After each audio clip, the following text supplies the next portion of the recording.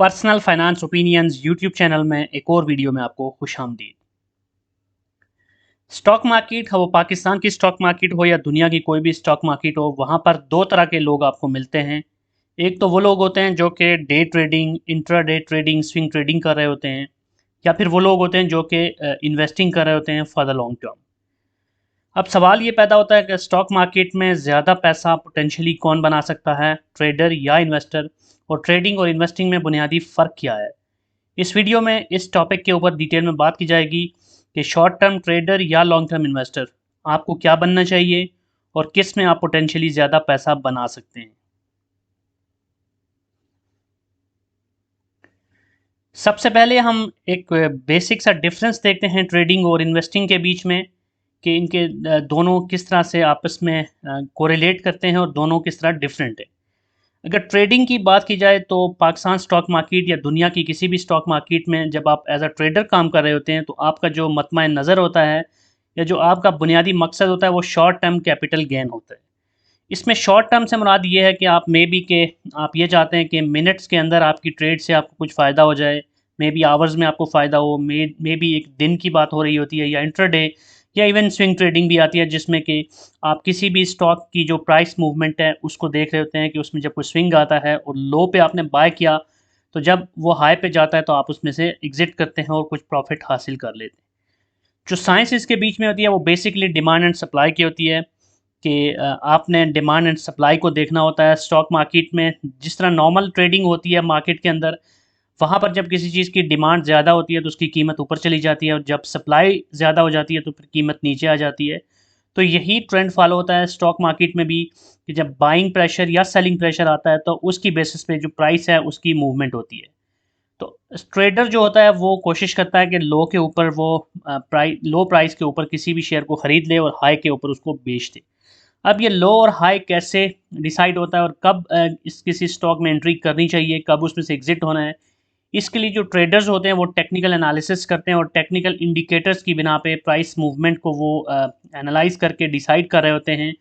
और बाइंग और सेलिंग की रेंजेस निकाल रहे होते हैं। इसमें बहुत सारे अंडरलाइंग कॉन्सेप्ट्स होते हैं, कैंडल स्टिक पैटर्न्स को वो देख रहे होते हैं, इसी तरह वो मूविंग एवरेजेस को देख रहे होते हैं, दीगर जो टेक्निकल इंडिकेटर्स हैं, आरएसआई है।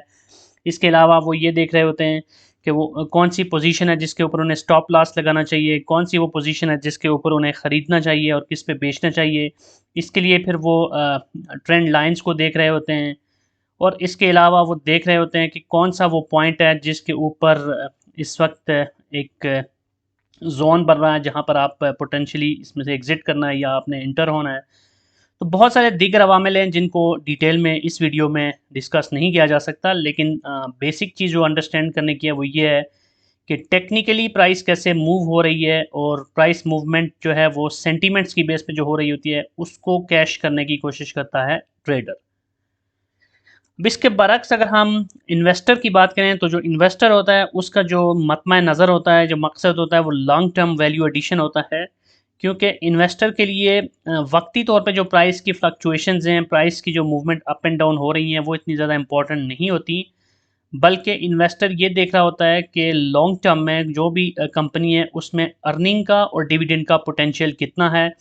और एक बेहतर कीमत पे किसी भी शेयर को ख़रीद के फिर उसके अंदर कॉन्स्टेंटली किस तरह उसमें एक्यूमुलेशन की जा सकती है, उसमें उसका जो डिविडेंड आ रहा है उससे फ़ायदा उठाया जा सकता है, प्लस स्ट्रॉन्ग फंडामेंटल्स की वजह से प्राइस अप्रिसिएशन भी, यानी कैपिटल गेन भी उसमें से एक्सपेक्टेड होता है। और साथ साथ जो सबसे इम्पोर्टेंट चीज़ ये है वो ये है कि इन्वेस्टर फंडामेंटल्स के ऊपर फोकस करता है, ना कि टेक्निकल्स के ऊपर। अब फंडामेंटल्स में कंपनी की जो इंटरनल स्ट्रेंथ है, उसकी जो एक्चुअल बिजनेस है उसकी स्ट्रेंथ आ जाती है कि कंपनी कितनी स्ट्रांग फुटप्रिंट्स पे खड़ी है, कंपनी की जो एसेट्स हैं वो कैसे हैं, कंपनी की ओवरऑल वैल्यूएशन कितनी है, इंट्रिंसिक वैल्यू क्या है उसकी, प्लस डिफरेंट किस्म की जो रेशोज़ होती हैं जिनकी बेसिस पे किसी भी स्टॉक को हम एनालाइज कर सकते हैं, उनको देखा जाता है, जिससे फिर वो बेहतर तौर पे हम ये देख सकते हैं कि इस कंपनी की जो डेट्स हैं उनकी इस वक्त क्या पोजीशनिंग है, इसकी जो इक्विटी है उसकी बेसिस पे इसकी स्टैंडिंग क्या है। फिर कंपनी की हिस्ट्री को देखा जाता है कि हिस्टोरिकली कंपनी कैसा परफॉर्म करती आ रही है, और साथ साथ जो कंपनी का कोर बिजनेस है उसके ऊपर भी नज़र रखी जाती है कि जो कोर बिजनेस है इसका, उसकी फ्यूचर पोटेंशियल क्या है और कंपनी किस डायरेक्शन में जा रही है। और इसके अलावा जो कंपनी की रिपोर्ट्स होती हैं, फाइनेंशियल रिपोर्ट्स होती हैं, और उसमें जो फाइनेंशियल स्टेटमेंट्स होती हैं, प्रॉफिट और लॉस स्टेटमेंट, इनकम जिसको इनकम स्टेटमेंट भी बोलते हैं, इसके अलावा कैश फ्लो स्टेटमेंट, फिर जो बैलेंस शीट होती है, और इसके अलावा जो कंपनी की ऑडिटेड रिपोर्ट्स होती हैं उनको डिटेल में एनालाइज किया जाता है, स्टडी किया जाता है। तो इन सारे फंडामेंटल फैक्टर्स को देख के फिर लॉन्ग टर्म इन्वेस्टर किसी भी कंपनी के अंदर इन्वेस्टमेंट करता है और फिर उस कंपनी को अपने पोर्टफोलियो का हिस्सा बना के फ्यूचर में डिसाइड करता है कि अब उसने फ्यूचर में उस कंपनी में मज़ीद एक्यूमुलेशन करनी है, उस कंपनी में रुपी कास्ट एवरेजिंग का प्रिंसिपल यूज़ करना है, या उसमें किसी खास स्पेसिफिक पॉइंट पे एग्जिट कर जाना है, या डिविडेंड के लिए अगर इन्वेस्टमेंट की है तो उसके डिविडेंड यील्ड को देखा जाता है कि डिविडेंड यील्ड उसकी कैसी जा रही है। तो बहुत सारे अवामिल होते हैं जिसकी बेस पे फिर लॉन्ग टर्म जो इन्वेस्टर होता है वो डिसाइड करता है टाइम की बेसिस पे कि किस इन्वेस्टमेंट को मीडियम टर्म के लिए रखना है, किसको लॉन्ग टर्म के लिए रखना है, और किसको शॉर्ट टर्म के लिए अपने पोर्टफोलियो का हिस्सा बनाना है। अब हम ये डिस्कस करते हैं कि ट्रेडिंग किसको करनी चाहिए और इन्वेस्टमेंट किसको करनी चाहिए। तो अब कुछ सवालात हैं जो आप अपने आप से करें और उसकी बेसिस पे सोचें कि क्या आप एज अ ट्रेडर काम करना आपको करना चाहिए या एज अ इन्वेस्टर। पहला जो बुनियादी सवाल है कि क्या आप टेक्निकल एनालिसिस करना जानते हैं। टेक्निकल एनालिसिस के बारे में जैसे पहले भी मैंने बात की कि जो प्राइस मूवमेंट्स होती हैं, जो ट्रेंड्स होते हैं और जो सेंटीमेंट्स होते हैं, उसकी बेस पे जो प्राइस की अपवर्ड या डाउनवर्ड डायरेक्शन होती है उसको टेक्निकली डिफरेंट एंगल से, डिफरेंट एवरेजेस के ज़रिए, डिफरेंट किस्म के पैटर्न्स के ज़रिए, कैंडलस्टिक पैटर्न्स के ज़रिए और बहुत सारे और दीगर इंडिकेटर्स के ज़रिए जानने की कोशिश की जाती है कि प्राइस की फर्दर मूवमेंट क्या हो सकती है, और प्रिडिक्ट करने की कोशिश की जाती है कि प्राइस अब ऊपर जा सकती है, नीचे जा सकती है, कौन से पॉइंट पे इसकी सपोर्ट है, कहाँ पे इसकी रेजिस्टेंस है। ये सारी चीज़ें देखी जाती हैं और उसकी बेसिस पे फिर कोशिश की जाती है ये जानने की कि ऑप्टिमल पोजीशन कौन सी है जहाँ पर एंटर होना चाहिए। अब अगर आप टेक्निकल एनालिसिस करना जानते हैं, इन चीज़ों के ऊपर आपकी ग्रिप है, तो फिर ही आप अगले सवाल की तरफ जाएँ, जो ये है कि आप कितना टाइम दे सकते हैं। क्योंकि जो ट्रेडिंग होती है वो एक फुल टाइम जॉब की तरह होती है कि आपको स्क्रीन के सामने लंबे टाइम के लिए बैठना होता है, प्राइस मूवमेंट्स को एनालाइज़ करना होता है, और ये गेम जो होती है बाज़ औक़ात मिनट्स की होती है और बाज़ औक़ात ये डेज़ की होती है, और आपको हर वक्त चौकस रहना होता है कि प्राइस की मूवमेंट अगर आपकी रिक्वायरमेंट के मुताबिक हो रही है तो क्या एक्शन लेना है, कब आपने स्टॉप लॉस लगा के निकल जाना है, कब आपने उसमें से एग्ज़िट लेके प्रॉफिट को मटेरियलाइज़ कर लेना है। तो ये वो सारी चीज़ें हैं जिसके लिए आपको स्क्रीन के सामने बैठना पड़ता है और कंटिन्यूअसली आपको अपने जो प्राइस ट्रेंड्स हैं उनको एनालाइज़ या इवैल्यूएट करना होता है। अब जो अगला सवाल आप अपने आप से पूछिए कि आप मुमकिना तौर पे एक जो अच्छा प्रॉफिट आप गेन कर सकते हैं विद दीज ट्रेड्स, साथ-साथ जो इसमें पोटेंशियल रिस्क भी है, क्या वो आप कितना रिस्क ले सकते हैं? यानी आपकी रिस्क एपेटाइट कितनी है और आपकी रिस्क मिटिगेशन स्ट्रेटजी क्या है? अब वो शख्स जिसके पास बहुत मामूली सा सरमाया हो और उसको भी अगर ये डर हो कि कहीं वो डूब ना जाए, तो उस पोज़ीशन के अंदर स्टॉप लॉस लगा के पोटेंशियली कुछ लॉस में भी आप एग्ज़िट कर रहे होते हैं। तो ऐसे बंदे के लिए कि जिसके पास सरमाया ही बहुत मुख्तसर हो और वो इतना टेक्निकली स्ट्रॉन्ग भी ना हो, तो उसके लिए रिस्क फैक्टर ऑलरेडी ज़्यादा हो जाता है। तो अब आपने ये डिसाइड करना है कि आप अगर ट्रेडर बनना चाहते हैं तो आप कितना लॉस बर्दाश्त कर सकते हैं और लॉस के केस में आपकी रिस्क मिटिगेशन स्ट्रेटजी क्या है। तो अगर तो आप ये सारे जवाबात आपके हाँ में हैं, आप यानी ये सारा कुछ कर सकते हैं और इतना कुछ जानते हैं, तो फिर आप ट्रेडिंग को प्रोफेशनल तौर पे अपना अगर स्टॉक मार्केट में अपनी किस्मत आजमाई कर सकते हैं। और अगर आपकी अच्छी ट्रेड्स बनती हैं तो आप घंटों में बल्कि मिनटों में भी अच्छा खासा प्रॉफिट कमा सकते हैं। लेकिन डाउन साइड इसकी ये है कि अगर आप की कैलकुलेशंस गलत हो जाती हैं और प्राइस के जो ट्रेंड्स हैं वो आपकी एक्सपेक्टेशन के मुताबिक नहीं होते, तो पोटेंशियली आप लॉस भी कर सकते हैं। आपके स्टॉप लॉसेस जो हैं वो हिट हो सकते हैं और उसकी बेस पे आपकी बेशतर ट्रेड्स जो हैं वो नेगेटिव में जा सकती हैं। और नेट इम्पैक्ट ये होता है कि फिर लेट सपोज़ आपने 1 लाख से शुरू किया और आपके कुछ ट्रेड्स फेल हुई, आपका जो टोटल वैल्यू है वो गिरते हुए 80,000 पे आ गई। इस तरह अगर मुसलसल आपके लॉसेस होते जाते हैं, तो एक टाइम ऐसा भी आ सकता है कि आपकी जितनी भी इन्वेस्टमेंट थी वो सारी की सारी ज़ीरो हो जाए। और अगर आप अच्छी इन्वेस्टमेंट करते हैं तो ये भी पॉसिबल है कि आप 1 दिन में या 1 घंटे में या कुछ दिनों में या कुछ महीनों में अपनी इन्वेस्टमेंट को पोटेंशियली डबल भी कर सकते हैं। सो इसमें दोनों यानी कि high gain high risk position होती है ट्रेडिंग में, दोनों चीज़ें पॉसिबल हैं। लेकिन इसके बरक्स अगर हम अब इन्वेस्टिंग की तरफ जाएँ तो वहाँ पर कहानी थोड़ा सा मुख्तलिफ है। अब कुछ सवालात हम अपने आप से करते हैं, ये आप अपने आप से पूछिए और इसकी बेसिस पे फिर सोचिए कि आपको इन्वेस्टर बनना है या ट्रेडर बनना है। अब सवाल ये है कि आप क्या कंपनियों का फंडामेंटल एनालिसिस करना जानते हैं।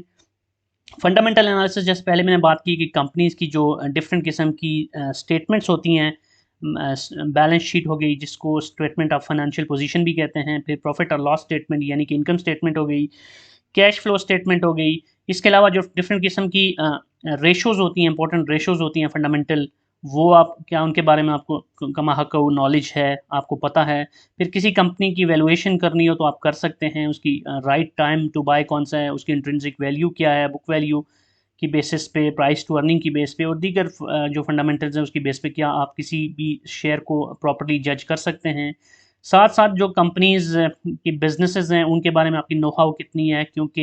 ये बड़ा इंपॉर्टेंट है कि जिस कंपनी को आप अपनी इन्वेस्टमेंट पोर्टफोलियो का हिस्सा बनाते हैं उसके जो कोर बिजनेस है उसकी जब तक आपको अंडरस्टैंडिंग नहीं होगी तो आप बेहतर तौर पे जज नहीं कर सकते कि वो कंपनी फ्यूचर में क्या डायरेक्शन ले रही है और किस तरह जा रही है।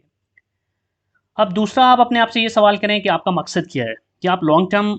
गेन्स चाहते हैं और एक मजबूत इन्वेस्टमेंट पोर्टफोलियो बनाना चाहते हैं, या फिर आपकी कोई और रिक्वायरमेंट है। क्योंकि इन्वेस्टर बनने के लिए ये ज़रूरी है कि आपकी जो गोल्स हैं वो लॉन्ग टर्म हों और आप एक फ्यूचरिस्टिक पॉइंट ऑफ व्यू से एक लंबे अरसे के लिए किसी भी स्टॉक के अंदर इंटर होकर उसमें से पोटेंशियली फ़ायदा उठाने की कोशिश करें। क्योंकि जो लोग वक्ती तौर पे प्राइस की फ्लक्चुएशन से या किसी भी इंटरनल या एक्सटर्नल फैक्टर की वजह से स्टॉक मार्केट ऊपर नीचे होती है तो उससे अगर पैनिक कर जाते हैं तो वो लोग इन्वेस्टर बनने के काबिल नहीं होते, क्योंकि वो लोग फिर पैनिक सिचुएशन के अंदर अक्सर गलत डिसीजन ले जाते हैं, किसी स्टॉक से उस टाइम पे एग्जिट कर जाते हैं जबकि फ्यूचर में उसने अभी ग्रो करना होता है, या किसी स्टॉक में उस वक्त एंट्री ले जाते हैं बिकॉज ऑफ जस्ट र्यूमर्स और किसी भी इस तरह की सुनी सुनाई पे कि जिसने आगे जाके नीचे जाना होता है। तो ये बड़ा इंपॉर्टेंट है कि आपका विजन क्लियर हो, आपका मकसद क्लियर हो कि आपका इन्वेस्टमेंट पोर्टफोलियो है और वो कितने ड्यूरेशन के लिए है, क्योंकि time is the key factor investment portfolio के अंदर, और टाइम ही डिसाइड करेगा कि आप कितना फ़ायदा उठा सकते हैं। अब ये एक और सवाल आप अपने आप से कीजिए कि क्या आप फुल टाइम एक्टिव रहे बगैर सरमायाकारी का फ़ायदा उठाना चाहते हैं। जैसे मैंने पहले बात की कि अगर आप ट्रेडर बनते हैं तो आपको बहुत ज़्यादा एक्टिव रोल प्ले करना पड़ता है स्क्रीन के सामने, और आपको इंडिकेटर्स के ऊपर और टेक्निकल एनालिसिस के ऊपर बहुत ज़्यादा ध्यान देना पड़ता है। लेकिन उसके बरक्स जो इन्वेस्टर्स होते हैं, ख़ास तौर पे लॉन्ग टर्म इन्वेस्टर्स होते हैं, उनको जब आपने एक स्ट्रॉन्ग कंपनी को विद द स्ट्रॉन्ग फंडामेंटल्स उसकी शेयर्स को ख़रीद लिया, तो अब ये ज़रूरी नहीं कि आप दिन को हर वक्त उसकी प्राइस की मूवमेंट्स को देखते रहें। आप पुरसकून होकर सो सकते हैं, आपको किसी किस्म की पैन किलर्स की ज़रूरत नहीं है। अगर प्राइस नीचे भी जा रही है तो यू नो कि स्ट्रॉन्ग फंडामेंटली कंपनी है तो ये ऊपर भी जाएगी। प्लस आपकी नज़र में है कि इसका जो डिविडेंड यील्ड है वो कितनी है, तो आप उतना डिविडेंड यील्ड की मद में भी कमा रहे होते हैं। फिर अगर आपने रुपी कॉस्ट एवरेजिंग की अप्रोच अपनाई हुई है तो उसका भी आपको पता होता है कि इसमें से जो डिविडेंड आएगा उसको मैंने री इन्वेस्ट करना है, उसका भी मुझे फ़ायदा होगा, और आपका जो होराइज़न होता है वो लॉन्ग होता है। तो इस सिचुएशन के अंदर फिर आप बेहतर तौर पे एक इन्वेस्टर बन सकते हैं। अब जो अगला सवाल आप अपने आप से कीजिए वो ये है कि क्या आप क्विक मनी चाहते हैं, फौरी तौर पे छक्के मारने वाली स्ट्रेटजी पे जाना चाहते हैं, या डिविडेंड की मद में एक कंसिस्टेंट पैसिव साइड इनकम चाहते हैं। अब वो लोग जो कि चाहते हैं कि वो रातों रात अमीर हो जाएँ, उनका कोई फ़ौरी छक्का लग जाए, उनकी डबल हो जाए, डबल शाह की तरह उनका पैसा कहीं किसी फ़ौरन से बैग जुम्बश से कलम डबल हो जाए। सुबह के टाइम कुछ पोर्टफोलियो है, शाम को उसमें अच्छा खासा कई गुना इजाफा हो जाए, तो ऐसे लोग ट्रेडिंग की तरफ जाते हैं, क्योंकि वो चाहते हैं कि उनको फ़ौरन से कहीं से फ़ायदा हो जाए, कहीं पे भी कोई हाथ लग जाए, लंबा हाथ लग जाए तो वहाँ से पैसा आ जाए। इसके बरक्स जो इन्वेस्टर होता है वो एक कंसिस्टेंट इनकम की तरफ जाता है, और उसका जो होराइज़न होता है जिससे पहले मैंने बात की वो लॉन्ग टर्म होता है। तो लॉन्ग टर्म जब आप कर खेलते हैं तो फिर आपको स्लोली एंड स्टेडीली उसके अंदर फ़ायदा होता है। इवन के जैसे कंपाउंडिंग, पावर ऑफ कंपाउंडिंग की बात की जाए तो उसमें भी जो एक्चुअल में फ़ायदा होता है वो कई सालों के बाद फिर ग्रोथ आपकी एक्सपोनेंशियल होना शुरू होती है। तो ये सवाल आप अपने आप से करके अब डिसाइड कर लें कि आप किस तरह की स्ट्रेटजी के साथ आगे चलना चाहते हैं। अब अगर आपका सवाल इन सारे सवालों का जवाब हाँ में है तो फिर आप बतौर long term investor stock market में सरमायाकारी के लिए कदम जमा सकते हैं, और इसमें जो फिर फ़ायदा आपको होगा वो जो गेन्स होंगे वो फ़ौरन नहीं होंगे, बल्कि एक लंबे अरसे के बाद जब अपने पोर्टफोलियो को देखेंगे तो सही मानों में उसमें आपको एक इंक्रीज़ देखने को मिलेगा। अब यहाँ पर जो इम्पोर्टेंट सवाल है कि ज़्यादा कमाई कहाँ मुमकिन है, क्योंकि जो भी स्टॉक मार्केट में आता है उसकी कोशिश ये होती है कि उसने पैसा बनाना है, पैसा ज़्यादा बनाना है, और उस केस में अब ये ट्रेडिंग या इन्वेस्टिंग। तो सीधी सी बात ये है कि ट्रेडिंग में जहाँ रिस्क ज़्यादा है वहीं पोटेंशियल गेन भी ज़्यादा है, क्योंकि ऐसे भी हो सकता है कि सुबह के टाइम आपने कोई चीज़ 30 रुपए की खरीदी एज एन एग्जांपल, और विद इन 2 आवर्स वो 35 रुपए की हो गई या अपर लाख के करीब पहुंच गई। लेट्स सपोज कि 6%, 7%, 8% प्रॉफिट हो गया। तो ये भी पॉसिबल है कि 2-3 मुसलसल सेशंस में, यानी कि हफ्ते में 3-4 दफ़ा वो ऊपर जाती गई। तो कोई चीज़ आपने 30 रुपए की खरीदी, तो may be in the happiest scenario की बात कर रहा हूँ, उसमें आपको एक हफ्ते के अंदर ही मे बी वो 50 से ऊपर आपको चांस मिल जाए उसमें से एग्जिट का। तो इस सिचुएशन में अगर 30 की चीज़ 30 की चीज़ आपको 50-60 के करीब विद इन अ वीक बेचने का मौका मिल जाता है, तो ये बहुत बड़ा गेन होता है। लेकिन यहाँ इसके साइड में ये भी देखना ज़रूरी है कि ये भी पॉसिबल है कि कोई चीज़ आप 30 की खरीदें और आपने स्टॉप लॉस अगर लगाया है, तो लेट्स सपोज़ कि वो आपके स्टॉप लॉस पे हिट हो गई, आपने 26-27 की बेच दी, तो इसका मतलब है कि उसमें आपको 3 रुपये 4 रुपये का लॉस हुआ। फिर आपने एक और ट्रेड की, वो भी लॉस में चली गई, फिर एक और ट्रेड की, वो भी लॉस में चली गई फॉर एनी रीज़न। तो इस सिचुएशन के अंदर लॉस भी ज़्यादा होता है और आपका जो कैपिटल है वो डिप्लीट होना शुरू हो जाता है। तो दोनों चीज़ें पॉसिबल हैं। अच्छी ट्रेडिंग, अच्छा ट्रेडर जिसकी एक स्ट्रॉन्ग ग्रिप हो टेक्निकल्स पे, वो बहुत पैसा बना सकता है। लेकिन वो ट्रेडर जिसकी ग्रिप स्ट्रॉन्ग ना हो या फिर मार्केट अगर एब नॉर्मल बिहेव करना शुरू कर दे, तो बहुत ज़्यादा लॉस भी उठा सकता है। दूसरी तरफ अगर इन्वेस्टिंग की बात की जाए, तो लॉन्ग टर्म जो इन्वेस्टिंग होती है, ये एक पुरसकून ऑप्शन है और एक बहुत ऑर्गेनाइज डिसिप्लिन अप्रोच है। ये बात मैं इसलिए कर रहा हूँ कि अगर आप ट्रेडर हैं तो हो सकता है कि आपको बार बार जब मार्केट में आपको मुसलसल लॉसेस होना शुरू हो जाएं, स्टॉप लॉसेस हिट होना शुरू हो जाएं, आपकी इन्वेस्टमेंट पोर्टफोलियो नीचे सॉरी आपका जो पोर्टफोलियो है उसमें जो पैसा है वो इस ट्रेडिंग की वजह से नीचे आना शुरू हो जाए, तो आपकी नींदें भी हराम हो सकती हैं, आपको पेन किलर्स इस्तेमाल करना पड़ सकती हैं और ज़हनी तौर पे आप परेशानी में मुब्तला हो सकते हैं, फ्रस्ट्रेशन हो सकती है। इसके बरक्स इन्वेस्टिंग अगर ट्रू मानों में जो इन्वेस्टिंग है वो की जाए, तो एक पुरसकून ऑप्शन इसलिए है कि यहाँ पर आपको पता होता है कि Rome was not built in a day. हथेली सरसों पे आप जमाने की कोशिश नहीं करते, बल्कि आपको पता होता है कि आपने एक छोटा सा पौधा लगा दिया है, अब इसको आपने पानी देना है, और गर्मी सर्दी मौसम की वजह से कभी हो सकता है इसकी ग्रोथ में फ़र्क भी आ जाए, लेकिन इन द लॉन्ग रन ये पौधा बड़ा होगा, एक तनावर दरख्त बनेगा, फिर इसमें फल लगेंगे और वो फल आप खा सकेंगे। तो जो इन्वेस्टर होता है वो सुकून से इन चीज़ों को देख रहा होता है। मार्केट में पॉलिटिकल फैक्टर्स की वजह से, इकोनॉमिक फैक्टर्स की वजह से, इंटरनेशनल फैक्टर, लोकल फैक्टर्स और मैनी अदर रीजंस की वजह से अप्स एंड डाउन्स आते रहते हैं। तो जो लॉन्ग टर्म इन्वेस्टर है उसको इतना ज़्यादा वो इसमें से पैनिक नहीं करता, वो उसको इतना बॉदर नहीं करता। लेकिन जो ट्रेडर होता है उसको इन चीज़ों को बहुत ज़्यादा देखना पड़ता है।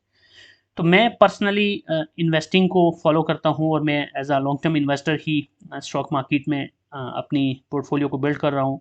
और वही मेरी कोशिश होती है वीडियोस के अंदर भी कि इन्वेस्टिंग को ज़्यादा फ़रोग दिया जाए। लेकिन बड़ा ज़रूरी था, बहुत सारे लोग सवाल पूछ रहे थे कि ट्रेडिंग और इन्वेस्टिंग में से कौन सा ऑप्शन बेहतर है, तो आई थॉट कि ये वीडियो बनाई जाए कि जहाँ पर ये पिक्चर आपके सामने क्लियर की जाए और उसकी बेसिस पे फिर आप खुद डिसाइड कर सकें कि आपके लिए क्या बेहतर ऑप्शन है। कमेंट सेक्शन में आप बता सकते हैं कि आप स्टॉक मार्केट में एज अ ट्रेडर काम कर रहे हैं या एज अ इन्वेस्टर काम कर रहे हैं। इससे मुझे ये भी आइडिया होगा कि मेरे जो सब्सक्राइबर्स हैं उसमें मेजॉरिटी जो लोग हैं वो ट्रेडिंग की तरफ हैं या इन्वेस्टिंग की तरफ हैं,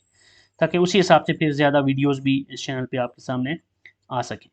तो that's it from this video. अगर आपको ये वीडियो पसंद आई है तो चैनल को सब्सक्राइब करना, वीडियो को लाइक करना, बेल आइकन को प्रेस करना मत भूलिएगा। कोई भी क्वेश्चन है, कोई भी राय है, कोई फीडबैक है, तो आप कमेंट सेक्शन में लिख सकते हैं। Thank you very much.